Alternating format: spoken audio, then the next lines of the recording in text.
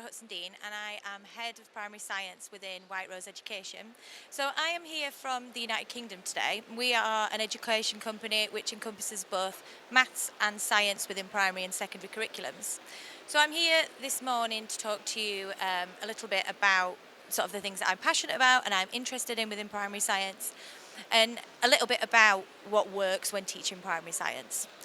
So I'll start off with a little bit about me. So my background is that I'm a teacher and I've taught for 8 years across the primary age range, and that's from, in the UK, we've got from year 1 to year 6.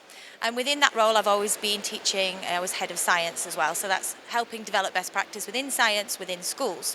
Last year I was able to join White Rose Education, which is, as I said, an education company, and we have devised and created some schemes which are being used throughout the United Kingdom to teach and to elevate the profile of primary science. So today I'm going to talk to you a little bit more about primary science within the United Kingdom, and something that I'm really passionate about, which is the element of sort of working practically. Now, within the English National Curriculum, we split the science knowledge into 2 key areas. So we've got your substantive knowledge, which is your more factual knowledge, and then we've got your working scientifically, which is your disciplinary. So for us, we kind of change that to with facts, all the planets orbit the sun, for example. But then with your disciplinary knowledge, it's thinking about, well, the how. How do we find out this knowledge? So the Wellcome Trust is an organisation within the United Kingdom which looks at the state of the nation, really. And it undertook a large-scale study in 2017, which was looking at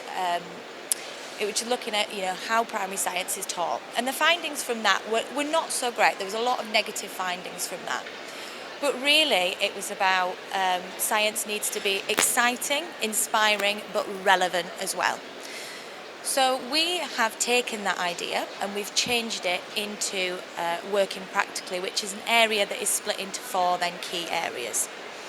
So for us, working practically is split into 4 different parts.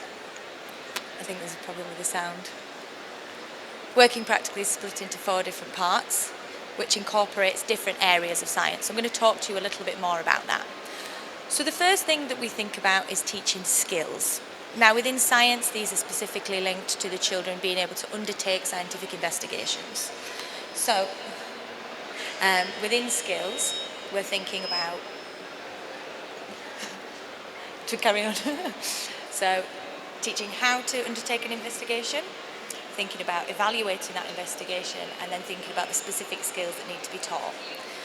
Another thing that's really relevant to the United Kingdom's national curriculum is the idea of outdoor learning. So we really want children to be outdoors as much as possible, so they are undertaking practical ideas, working outside, really getting that understanding of the real world around them. Another area is scientific inquiry that is particularly important with us. So we've got the 5 different inquiry areas within the national curriculum, and we split those down over our schemes. Now, the final area that we're thinking about within the science national curriculum is thinking about the idea of that working practically through there. Now, what we've then looked at is how we then break that down even further. Now, within primary classrooms currently, there's a lot of apprehension around teaching those skills. So it might be that there is a lack of equipment or a lack of knowledge, for example. So teachers find it quite difficult in order to break those skills down. So what we've done then is we've sort of thought about how do we track those skills over time. So how do we know that children are using those skills within the classroom? From there, we thought about, well, how can we encourage children to work practically even more? And we do things like sort of specific tasks. So for example, it may be that children are dissecting plants, and we think about, well, how can we get these hands-on and relevant? So we ask children to take the plants and then we dissect them into the different parts, and from there we can start then looking at patterns. So children as young as 5 years old can start thinking about the relevant pattern-seeking inquiries and the pattern spotting that is really essential for later curriculum.